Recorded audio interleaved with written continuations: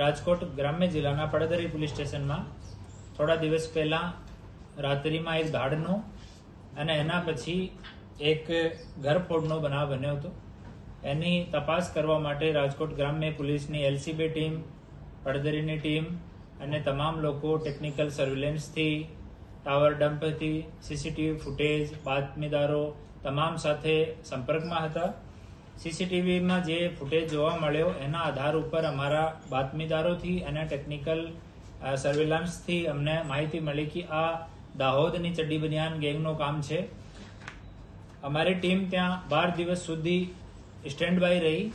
એ લોકો ગામમાં હતા. ગામમાં એ નાનો ફોન યુઝ કરે છે જેનાથી પિન પોઈન્ટ લોકેશન નથી આવતી. તો ગામથી બહાર નીકળ્યા ત્યારે આ લોકોને પકડવામાં આવ્યા.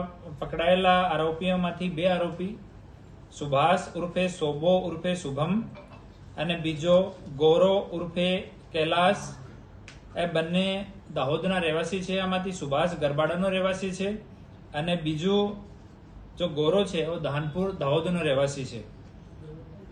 આ ધાડ અને ચોરીમાં 6 આરોપીઓ પકડવા ઉપર બાકી છે. રાજુ સવસિંહ બારિયા, ગરબાડા દાહોદ; ભરત બાદરસિંહ પલાસ, ગરબાડા દાહોદ; રાકેશ રાણિયા પલાસ, ગરબાડા દાહોદ; જયંતી, ગરબાડા દાહોદ; પ્રકાશ દિતિયા પલાસ, ગરબાડા દાહોદ; મડિયા ભાબરા અલીરાજપુર. એ લોકો ઓર બાકી છે. એ લોકો ગુજસી ટોકના, આમાંથી 4 લોકો ગુજસી ટોકના આરોપી છે. જામીન ઉપર એ લોકો હાલ છે.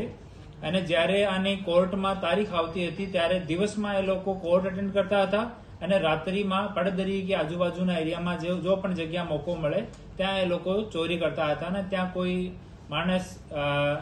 એક માણસ મળી જાય તો એની ઉપર હુમલો અને ધાક ધમકી આપીને લૂંટ પણ કરતા હતા. આ આરોપીઓ 3 ચોરી અને દાડની કબૂલાત કરી છે. એક પડદરીની દાડની કબૂલાત કરી છે, બીજી પડદરીની ચોરીની કબૂલાત કરી છે અને ત્રીજી રાજકોટ શહેરમાં રાજકોટ તાલુકાની એક ચોરીની કબૂલાત કરી છે. આમાંથી સુભાષ ઉર્ફે સોબો ઉપર 13 ગુના છે, જેમાંથી 2 ગુજસી ટોક છે. ગૌરવ ઉર્ફે કૈલાસ ઉપર 3 ગુના છે. રાજુ સવસિંહ બારિયા ઉપર 22 ગુના છે, જેમાંથી 1 ગુજસી ટોકનો ગુના છે. ભરત બાદરસિંહ પ્લાસ જો છે એની ઉપર 25 ગુના છે, જેમાં 1 ગુજસી ટોકનો ગુના છે. રાકેશ રાણિયા પલાસ ઉપર 15 ગુના છે, જેમાંથી 1 ગુજસી ટોક છે. જયંતી ઉપર 2 ગુના છે. પ્રકાશ દતિયા ઉપર 4 ગુના છે. મડિયા સંજય તિતરિયા ઉપર 2 ગુના છે. આમાં જેટલાના લોકોના જૂના ગુના છે તમામ ગુનાના ઓર્ડર અમે લોકો નીકાળ્યા છે અને કન્સર્ન ડિસ્ટ્રિક્ટ સાથે વાત કરીને જૂના ગુનાઓમાં પણ આના બેલ કેન્સલ કરાવવામાં આવશે. સર, આરોપી મોડસ ઓપરેન્ડી શું હતી આ લોકોની?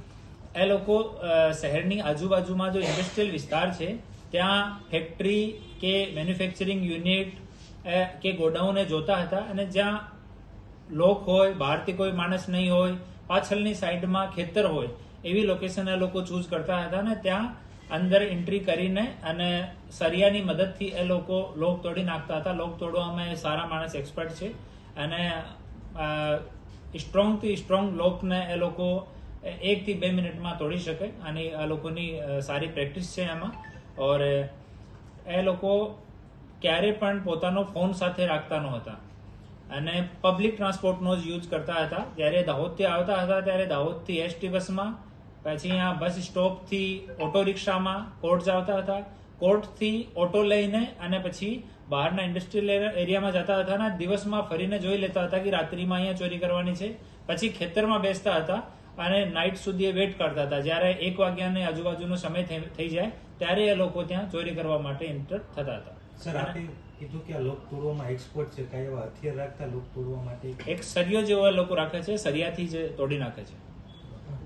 અને આમાં 3-4 લોકો અલગ અલગ રોલ પ્લે કરે છે. કોઈ નિગરાની કરે છે, કોઈ લોક તોડે છે, કોઈ કેસ હેન્ડલ કરે છે.